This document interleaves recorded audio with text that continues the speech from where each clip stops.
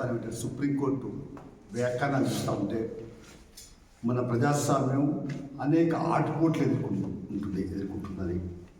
గందరగోళాలకు నిలయంగా మారింది.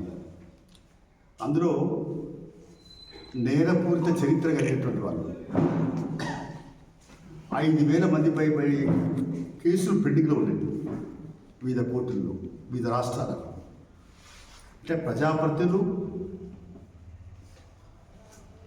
మన నేరపూరితులైతే ప్రజాస్వామ్యం ఎలా పరిణమిల్లుతుంది, ఎలా స్వచ్ఛంగా పరిపాలన సాగుతుందనేది ప్రధానమైన ప్రశ్న.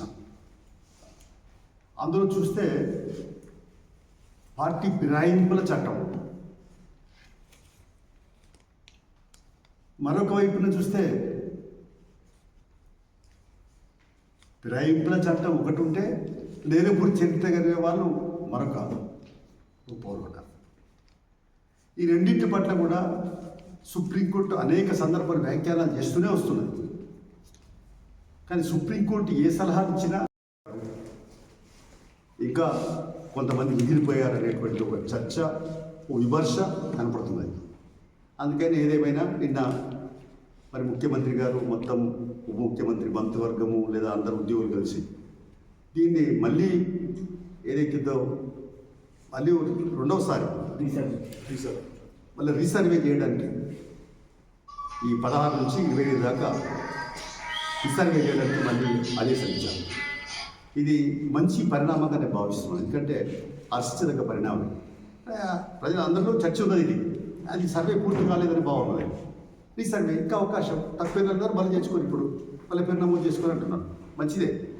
అయితే మేము చెప్పేది ఏంటంటే ఈ రీసర్వే ద్వారా ఎవరైతే సర్వేలో లేరో ఇప్పటిదాకా సర్వేలో పాల్గొనలేదో వాళ్ళందరూ కూడా పాల్గొనాలని, తర్వాత కులగన లెక్కలన్నీ కరెక్ట్ రావాలని, బీసీలకు 40% ఏదైతే అన్నారో అది అమలు పరచాలని, ఇట్లాంటి అనేక అంశాల మీద కూడా రేపు తప్పనిసరిగా మా పార్టీ రాష్ట్ర కార్యవర్గ సమావేశాలు రేపే ఉన్నాయి.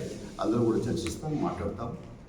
పారదర్శకంగా రానున్న కాలంలో ప్రభుత్వాన్ని దృష్టికి తీసుకెళ్తాం.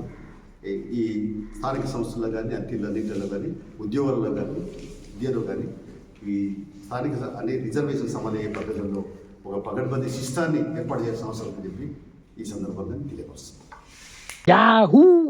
చాలా మంది చేసే మిస్టేక్ ఏంటంటే వేలు పెట్టి కబ్బోర్డ్లు ఇల్లులు కట్టుకుంటారు, కానీ చెదల సర్వీస్ ఎందుకు చేసుకోరో అర్థం కాదు. ఇల్లంతా మొత్తం తినేస్తాయి అవి చెదలు. తినేసిన తర్వాత నెత్తికి చేతులు పెడితే ఏమొస్తుంది చెప్పండి? ఏం రాదు. సో ఏదైనా సరే prevention is better than cure అంటారు. ఈ చెద పురుగులు దొంగ బిడ్డలు ఏం చేస్తాయంటే మనకు తెలిసి రావవి, తెలియకుండా లోపల మొత్తం దెంగి తింటాయి.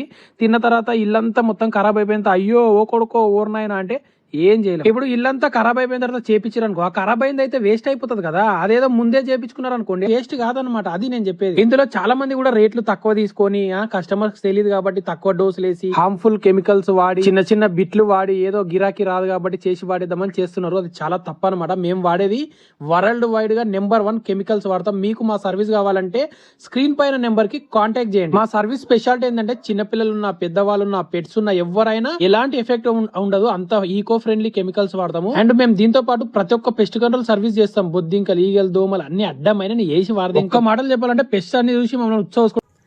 అతి తక్కువ సమయంలో మీ వ్యాపార సామ్రాజ్యాన్ని పెంచుకోవాలనుకుంటున్నారా? తక్కువ ఖర్చుతో ఎక్కువ పబ్లిసిటీ చేయాలనుకుంటున్నారా?